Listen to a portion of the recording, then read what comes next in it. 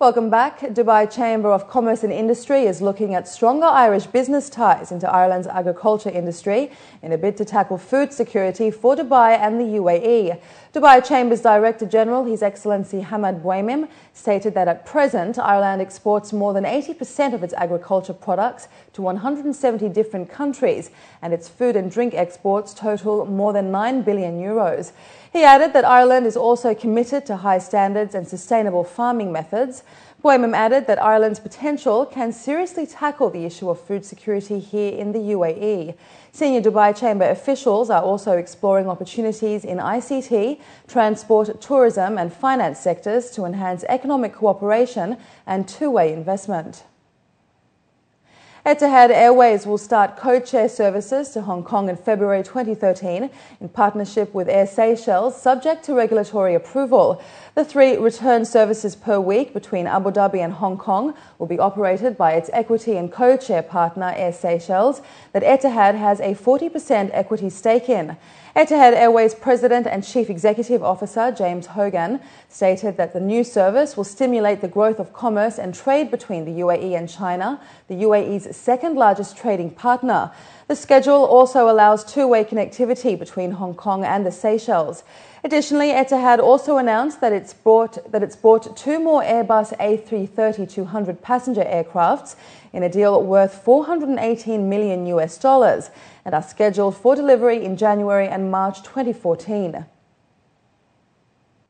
Meanwhile, the national airline has confirmed that it had been forced to postpone the launch of its flights to Addis Ababa, the capital of Ethiopia, after the Ethiopian Civil Aviation Authority rejected the airline's application for the required operating permit. Etihad's 5 times per week service was scheduled to commence on November 2, 2012. Etihad said in a statement that after final meetings last week resulting in failure, they will continue to push for terms of the MOU to be honoured. With that, let's take a look at the stock indices across the GCC.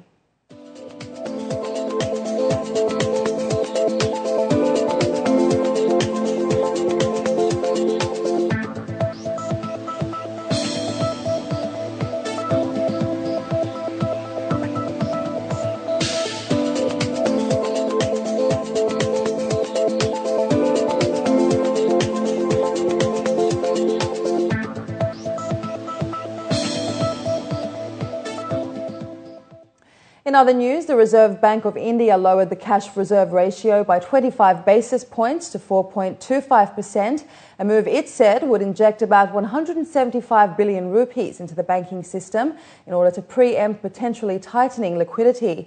So what other countries will be next to feel the pinch? We earlier spoke with Philippe Dabou-Pantanach, the senior economist at Standard Chartered Bank. Well, first, it is sure that the RBI not cutting its interest rate has certainly disappointed a lot of market participants who were hoping for it. But at the same time, the RBI had warned many times in the past that they were not very comfortable with the inflation persisting at high level despite a slowing growth. But it's true that we are also in the situation, indeed, where the Indian rupee liquidity is a little bit tight.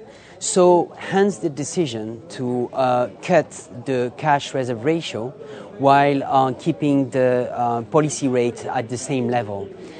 We think that at this juncture, it was probably the best route that the RBI could take. And we certainly share the opinion that it should inject in the market around that level, 175 billion Indian rupees. We don't think that the RBI is completely closed to an option of a further rate cut of the policy benchmark. And we do think actually this happening before the end of the fiscal year, which is in March 2013.